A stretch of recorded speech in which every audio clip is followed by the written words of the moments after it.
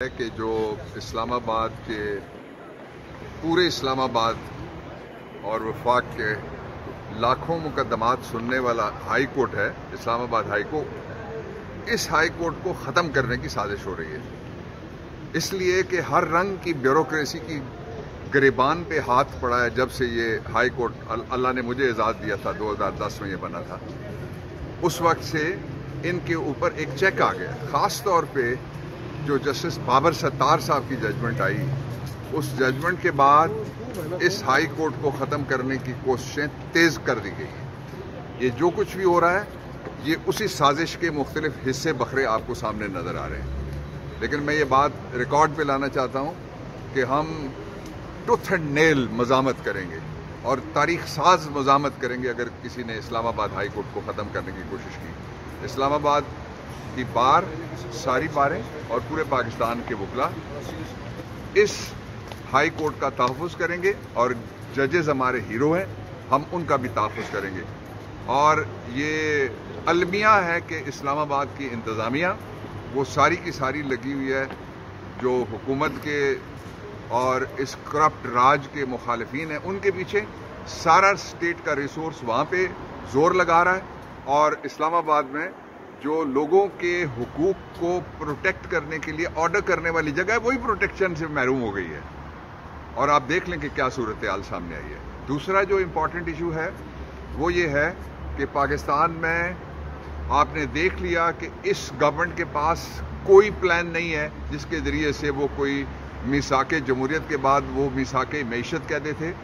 और उस मिसाके मैशत का सबसे बड़ा सबूत ये है कि एक ऐसे महकमे की मीटिंग में चौथी बार वज़ीर आज़म बनने का ख्वाहिशमंद बैठा है, जिस महकमे की मीटिंग में अप्रूवल दी गई है सोटू से कि जो 350 बिलियन रुपए का हमारा वॉल्टन एयरपोर्ट है लाहौर का, उसको 50 बिलियन में बेचा जाए। आप देखेंगे पीछे जिस तरह से पहले भी इन्होंने जो कुछ खरीदा, बैंक थे वो भी ये खुद खरीदते हैं आगे फ्रंट में कंपनी रख के, तो वो खरीदने की कोशिश कर रहे हैं। यानी वो इस कदर लुढ़क गया, गिर गया का लफ्ज़ में नहीं इस्तेमाल कर रहा, गैर पार्लिमानी हो जाएगा, लुढ़क गया, इस कदर खाई में गिर गया है कि वो एक महकमे की मीटिंग में जाके बैठता है।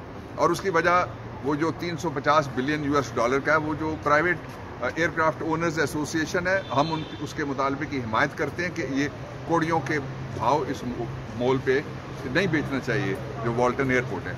तीसरी इम्पॉर्टेंट बात वो ये है कि मुझे उम्मीद है कि जल्द सुप्रीम कोर्ट ऑफ पाकिस्तान में फुल बेंच बनेगा। और मुझे साथ ये भी उम्मीद है कि ये फुल बेंच रोज़ाना की बुनियाद के ऊपर समाअत करेगा, इसलिए कि जजेस के लिए पाकिस्तान में माहौल गैर महफूज होता जा रहा है। जो लाहौर हाई कोर्ट के जजेस हैं, फाजिल जजेस, जिनमें ख़वातीन भी शामिल हैं, इस्लामाबाद में भी खातून जज भी शामिल हैं, और फिर बाकी जगह के ऊपर भी ये धमकियाँ अब आ रही हैं। ये धमकियाँ कहाँ से आती हैं, ये धमकियाँ कौन देता है, ये फौरी तौर पे प्रूव करके हक़ाइक़ कौम के सामने रखे जाएं ताकि ये विस्परिंग कैंपेन जो है वो ख़त्म की जाए। और आखिरी बात यह है कि पाकिस्तान में दुनिया की तारीख का सबसे बड़ा और बदतरीन क्रैकडाउन सोशल मीडिया के ऊपर आया हुआ है।